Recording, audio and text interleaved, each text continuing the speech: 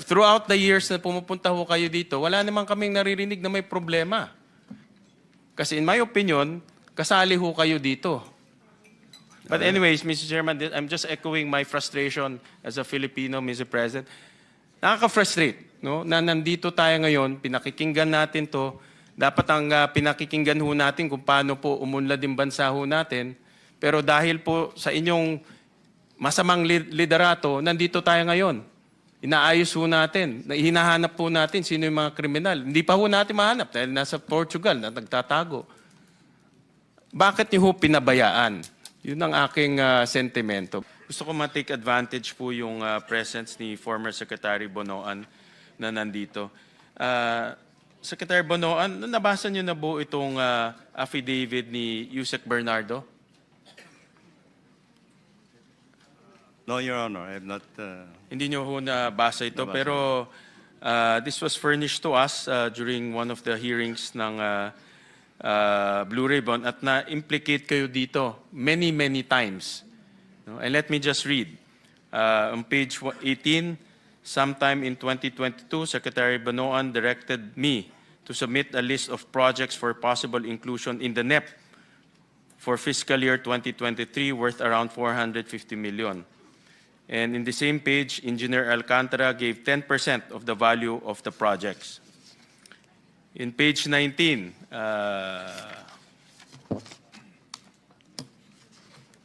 similarly, on 2023, Secretary Bonoan directed me to submit a list of projects for possible inclusion in the NEP for fiscal year 2024 worth around 150 million.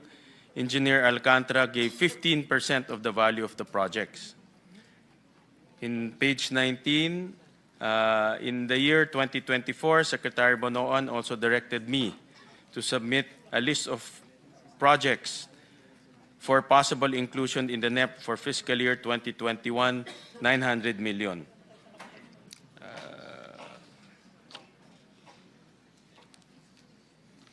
Tapos, in page 20,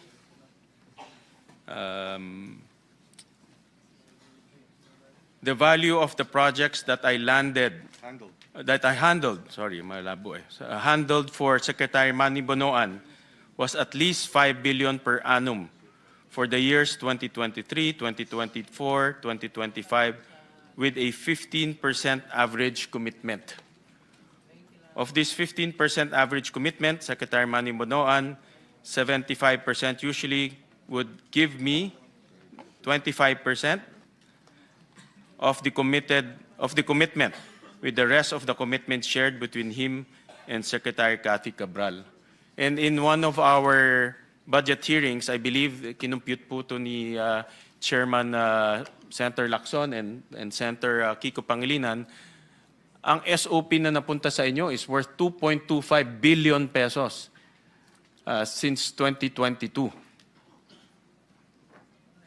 Well, ano po ang masasabi niyo ho dyan? I think, Your Honor, I think this is something. Well, I think I issued a denial on this at one point in time when I learned about. I have not read the entire affidavit, but I issued a denial to it. I don't even recall actually talking about any projects at all. If there will be proposals from them, I just. No, but this is very clear na meron kayong allocated amount at nagsasubmit sila ng project sa inyo at binibigyan kayo ng kickback.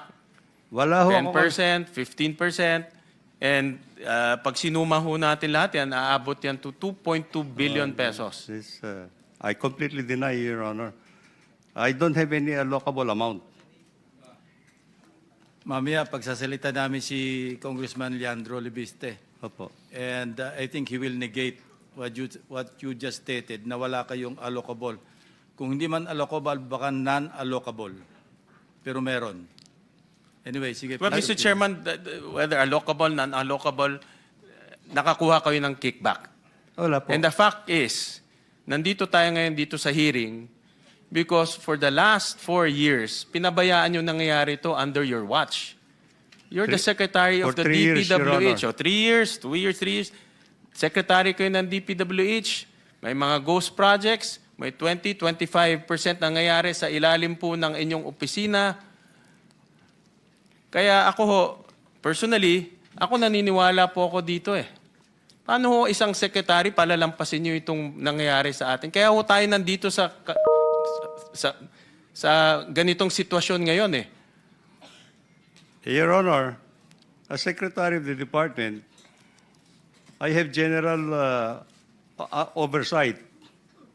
I have general oversight of all the implement. Pero kung kasali ho kayo dito sa mga kickback, And yung this is- oversight na yan, walang kwenta ho yan. And this is what I deny, Your Honor. Ano nyo, hindi ko ho makita. Sa Bulacan, sa Davao Oriental, may ghost project. Lahat ng kasama nyo, alam in 2025 na kickback na nangyari. Kayo lang hindi nakakaalam eh. Your Honor, I was the one actually who reported to the President where the ghost projects are in 2025. Nung pumutok na ho to, nung nag-privilege speech na Senator Lacson dito Hindi po. sa Senado. But throughout the years na pumupunta ho kayo dito, wala naman kaming naririnig na may problema. Kasi in my opinion, kasali ho kayo dito. But anyways, Mr. Chairman, I'm just echoing my frustration as a Filipino, Mr. President. Nakaka-frustrate, no? Na nandito tayo ngayon, pinakikinggan natin to. Dapat ang pinakikinggan ho natin kung paano po umunlad yung bansa ho natin. Pero dahil po sa inyong masamang liderato, nandito tayo ngayon. Inaayos ho natin. Hinahanap po natin sino yung mga kriminal. Hindi pa ho natin mahanap dahil nasa Portugal na nagtatago. Bakit niyo ho pinabayaan? Yun ang aking sentimento. But wag na ho kayong sumagot. I don't expect you to admit that, but I'm just airing out my frustration, Mr. Chairman. Thank you. Maraming salamat po. I just want to take exception kasi sinabi nyo, ang trabaho nyo as DPWH Secretary, oversight. I cannot accept that because hands-on kayo, secretary kayo. I cannot imagine Secretary Dizon exercising oversight function over his own department. So kindly correct that because that is not correct. Your Honor, what I'm saying is actually as Secretary, I exercise overall supervision, authority, Not oversight. and oversight. Because I also Sabi rely nyo on kanina, my people. ini-impress nyo, oversight lang kayo. But, I Mr. also Chairman, rely- as Secretary, you exercise control. I Control. You have control over the department. Yes, Your all the Honor. way to the last janitor. Yes, Your Honor, but I also rely on my people under me to cooperate, to do the job that they're Secretary, supposed 3 years, to do. 365 days, nandoon kayo. Wala kayo naririnig 25%, 20%. Eh kami naririnig na ho namin, yung pumuputok na ho siya. Anyways, again, I'm just airing out my frustration as a Filipino. Talagang, alam niyo ho, Chairman, talagang frustrated rin. Kasama ko yung mga ibang mga kababayan natin. Napakasama ng loob sa mga nangyayari. At imagine niyo ito, nangyari ito sa ilalim po ng liderato ho ninyo. No? Tinuturo nyo mga subalterns ninyo, mga subordinates. Are you thinking ahead? You're planning to invoke the Arias Doctrine? Mabuti nandito yung DOJ. Mukhang anticipate nyo na kung ano yung defense ni Secretary Bernardo, Secretary Bonoan. Mag-i-invoke yan ng Arias Doctrine. Your Honor, what I'm just trying to say is actually, in the hierarchy of the department, of course, I exercise overall supervision, no? But I have also undersecretaries under me, assistant secretaries, regional directors, and Ang point ko, discipline Mr. units. Secretary, parang you're thinking ahead. Kung sakaling nasa korte na, yun ang i-invoke ninyo. Anyway, are you done? So, Senator Pangilinan is next. Thank you, Mr. Chairman. Itutuloy ko lang, no? Well, just for the record, under our Philippine jurisprudence, a general denial is actually very weak in the face of specific allegations. So, yung general denial ninyo, baka kailangan nyo ng mas mahusay na abogado, former Secretary Bonoan, because it will not hold water. But anyway, having said that,